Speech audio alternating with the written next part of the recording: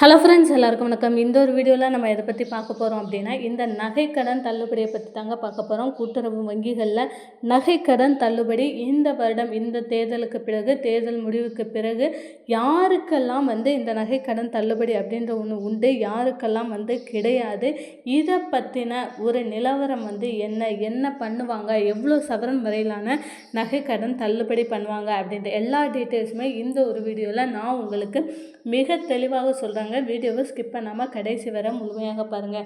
அதுக்கு முன்னாடி நம்மளுடைய சேனல் நீங்கள் ஃபர்ஸ்ட் டைம் பார்க்குறீங்க அப்படின்னா மறக்காமல் ஒரு சப்ஸ்கிரைப் பண்ணிட்டு பாருங்கள். அப்படின்னா தான் இந்த நகைக்கடன் தள்ளுபடி சம்மந்தமான ரெகுலரான ஒரு அப்டேட் உங்களுக்கு உடனுக்குடன் நோட்டிஃபிகேஷனாக உங்களுடைய மொபைலுக்கு வரும். மறக்காமல் இந்த ஒரு வீடியோவை லைக் பண்ணிவிடுங்க. இப்போ நம்ம வீடியோக்குள்ளே போகலாம். ஸோ எலெக்ஷன் ரிசல்ட் அப்படின்றது ஒன்று வந்துச்சு. மகளிர் உரிமை தொகை, அப்புறம் நகைக்கடன் தள்ளுபடி, விவசாய கடன், கல்வி கடன், இந்த மாதிரியான நிறைய கடன்கள் தள்ளுபடி ஆக போகுது. யார் யாருக்கெல்லாம் என்ன மாதிரியான கடன்கள் எல்லாம் தள்ளுபடி ஆக போகுது, மகளிர் உரிமை தொகை எப்போ இருந்து யார் யாருக்கெல்லாம் எவ்வளவு கிடைக்கும் அப்படின்ற எல்லா டீட்டெயில்ஸுமே நான் உங்களுக்கு தெளிவாக சொல்கிறேங்க. ஃபஸ்ட்டு பார்த்தீங்க அப்படின்னா, நமக்கு நகைக்கடன் தள்ளுபடி அப்படின்ற ஒன்று நிச்சயமாக கிடைக்க போகுது. அது எத்தனை சவரன் வரையிலான நகைக்கடன் தள்ளுபடி கிடைக்கும், யார் யாருக்கு கிடைக்கும் அப்படின்றத பார்க்கலாம்.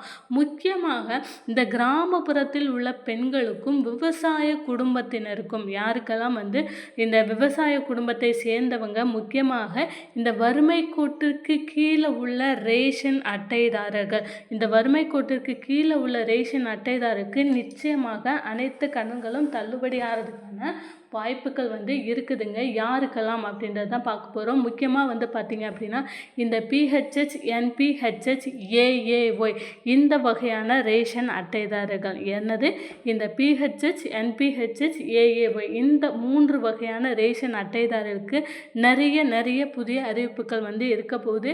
இனிமேல் மகளிர் உரிமை தொகை அப்படின்றது 2000 ரூபாய் இல்லைங்க, 2500 உங்களுக்கு உயர்த்தி கொடுக்க போகிறாங்க. அது மட்டும் இல்லாமல் இந்த நகைக்கடன் தள்ளுபடியை பொறுத்தளவில் நிறைய பேருக்கு, முக்கியமாக 2021க்கு பிறகு 2022லேருந்து 2025க்குள்ள உங்களுடைய நகையை உங்களுடைய கூட்டுறவு வங்கிகளில், தமிழ்நாடு கூட்டுறவு வங்கி, மாவட்ட கூட்டுறவு வங்கி, மத்திய கூட்டுறவு வங்கி, மாநில கூட்டுறவு வங்கி, தொடக்க வேளாண்மை கடன் சங்கங்கள், இந்த மாதிரியே கோஆப்ரேட்டிவ் பேங்க் அப்படின்றத சொல்லுவாங்க. இந்த கிராமப்புற கூட்டுறவு வங்கிகளில் உங்களுடைய நகை நீங்கள் வச்சுருந்தீங்க அப்படின்னா கண்டிப்பாக உங்களுக்கு தள்ளுபடி ஆகும்போது கிட்டத்தட்ட பார்த்தீங்க அப்படின்னா 5 சவரன் வரையிலான நகைக்கடன்கள் எல்லோருக்குமே தள்ளுபடி ஆக போகுது. முக்கியமாக இந்த வறுமை கோட்டிற்கு கீழே உள்ள ரேஷன் கடை அட்டைதாரர்களுக்கு.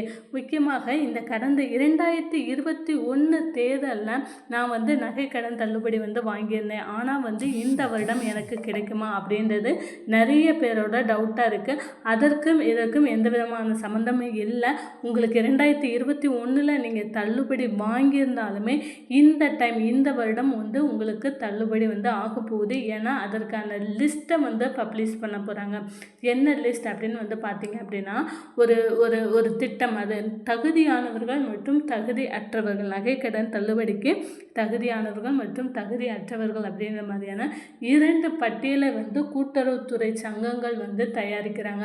அதாவது எந்தெந்த பேங்க்கில் எவ்வளோ பேர் நகையை வச்சுருக்காங்க, அவங்க எவ்வளவு பணம் வாங்கியிருக்காங்க, அவங்களுடைய நகை மதிப்பீட்டுக்கு எவ்வளவு பணம் வாங்கியிருக்காங்க, அவங்களுடைய வீட்டு முகவரி, அவங்களோட வருமான நிலவரம் என்ன, அவங்களுடைய ஆண்டு வருமானம் எவ்வளவு, அவங்க குடும்ப உறுப்பினர்களில் யாராவது ஒருத்தர் அரசு ஊழியராக இருக்கிறாங்களா, வருமான வழி கட்டுபவராக இருக்கிறாங்களா, இவங்க விவசாய கடன் வாங்கியிருக்காங்களா, கல்வி கடன் வாங்கியிருக்காங்களா, இந்த மாதிரியான எல்லா விஷயங்களையுமே அனலைஸ் பண்ணுவாங்க இந்த கூட்டுறவுத்துறை வங்கி அதிகாரிகள்.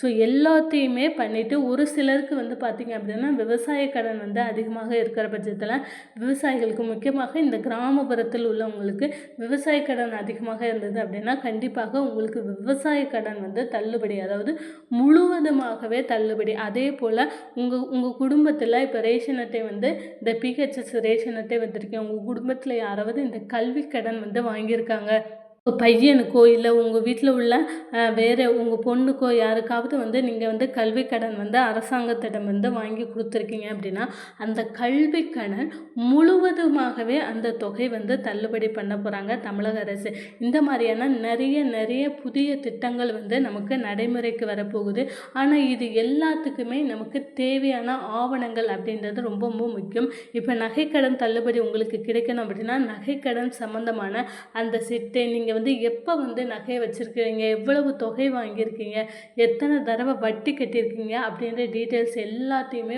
நீங்கள் கூட்டுறவுத்துறை சங்கங்களுக்கு கொடுக்கணும். அதே போல் பார்த்தீங்க அப்படின்னா நீங்கள் கல்வி கடன்னா அதற்கான டீட்டெயில்ஸ் கொடுக்கணும். விவசாய கடன் அப்படின்னா உங்களுடைய நில ஆவணங்கள், ஓகேவா, நீங்கள் உங்களோட பட்டா சிட்டா, அதுக்கப்புறம் உங்களுடைய ஆதார் கார்டு, உங்களுடைய ரேஷன் கார்டு, உங்கள் குடும்ப உறுப்பினர்களுடைய ஆதார் கார்டு, இவை அனைத்துமே பார்த்தீங்க அப்படின்னா இந்த நகைக்கடன் தள்ளுபடி மற்றும் விவசாய கடன் தள்ளுபடிக்கு ரொம்ப ரொம்ப ஒரு முக்கியமான ஆவணம் அப்படின்றது தான் சொல்லணும். அதோடு கூட நம்ம ஆதார் எண்ணுடன் இணைக்கப்பட்ட மொபைல் நம்பர் இதுவுமே பார்த்தீங்க அப்படின்னா ரொம்ப முக்கியம். ஸோ இந்த ஆவணங்கள் எல்லாமே உங்ககிட்ட சரியாக இருக்கிற பட்சத்தில் உங்களுக்கு நிறைய கடன்கள் தள்ளுபடி ஆகிறதுக்கான வாய்ப்புகள் நிறைய இருக்குது. ஸோ இந்த நகைக்கடன் தள்ளுபடி மற்றும் பயிர்க்கடன் தள்ளுபடி சம்மந்தமான ரெகுலரான ஒரு அப்டேட்டுக்கு மறக்காமல் நம்மளுடைய சேனலை ஒரு சப்ஸ்கிரைப் பண்ணுங்கள்.